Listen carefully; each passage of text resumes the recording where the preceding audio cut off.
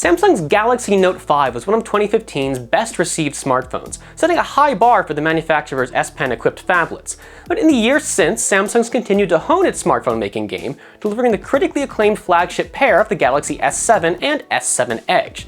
Now it's time for the new Galaxy Note 7 to arrive, taking the best of what worked well in the S7, features like that killer camera and return of waterproofing, and combining them with all new stuff like an iris scanner. Oh, and did someone say curved edge screens? Because with the Note 7, there's no separate edge model. Now curves are the new standard.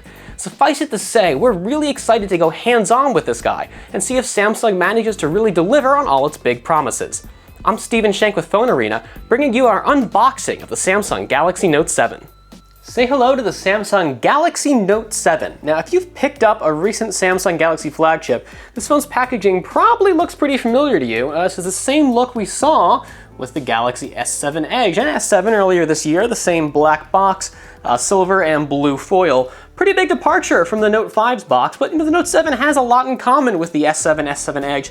Same basic processor and memory options inside. Samsung can change the numbering so it matches up with the S7, so it makes a lot of sense. The phone carries the same box design.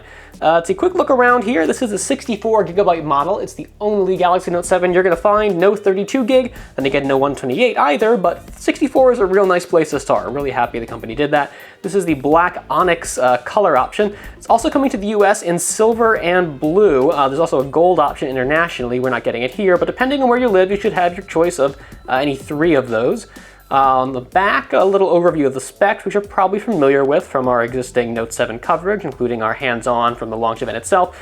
5.7-inch Quad HD Super AMOLED screen, 12-megapixel main camera, iris scanner, lots of good stuff we'll be going into in detail a little later on. Bit of a silhouette here, yeah, in glossy black of the S Pen. This is a T-Mobile unit, but let's pop this guy open and start getting into the actual hardware here. It's what you came to see after all. Da-da-da, moment of truth.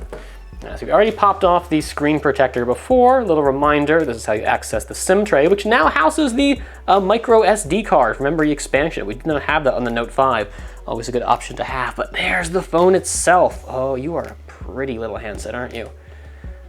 So yeah, no curved edge, separate edge version this year. It's just built into the regular Note is your curved edge Note. Same type of curve front and back for a symmetrical look. It really is pretty. And the phone's supposed to have symmetry top to bottom, side to side, ports and buttons notwithstanding, but that's an attractive looking handset. 12-megapixel camera, our LED with heart rate monitor on the back there.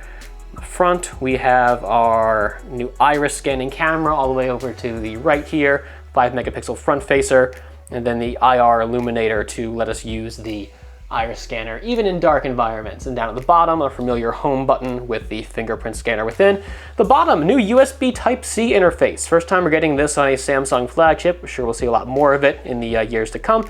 Keeping the analog headphone jack, which we always like to see.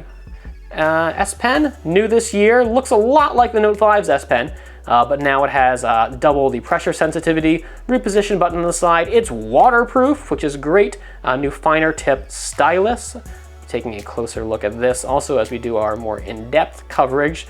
Let's go ahead and power this guy on. Power's on this side. As we check the rest of the box here. As we can see, this is a T-Mobile unit. We already popped the SIM in, so we don't need this. Some stickers with warranty info. Need to get this repaired. You're gonna have those on there. Hey, T-Mobile. I got our SIM tool and doesn't feel like any other paperwork in there. That's okay. The actual hardware accessories here. So if you've used a recent Samsung Galaxy model, you're probably familiar with this charger here, the adaptive fast charger. Standard USB port on the side there. Even though this is USB-C, the cable's not going to be USB Type-C on both ends. We can see it here.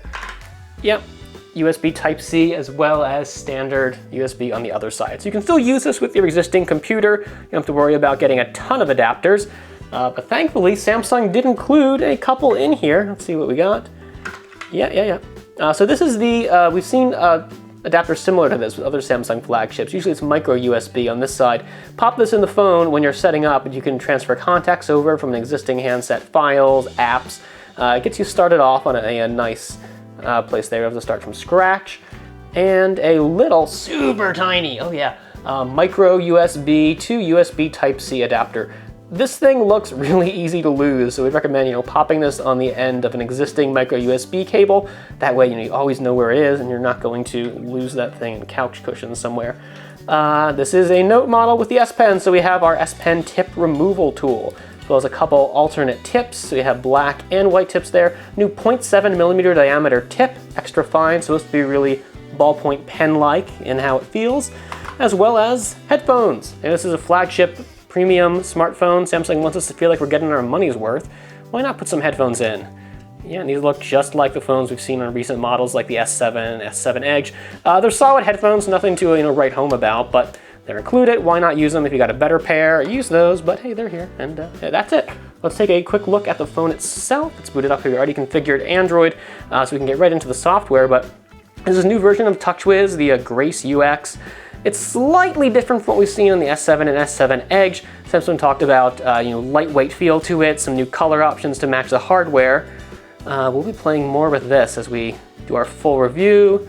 Samsung apps, this has Samsung Pay and everything we like to see. New secure folder lets you store apps or files behind iris or fingerprint authentication to keep stuff away that's sensitive from prying eyes, but yeah, nice smooth performance here from an A20, we'd expect nothing less. But this has been just a quick unboxing of the Samsung Galaxy Note 7. Stay tuned to PhoneArena for our complete Note 7 coverage. Make sure you don't miss a thing. Thanks for watching.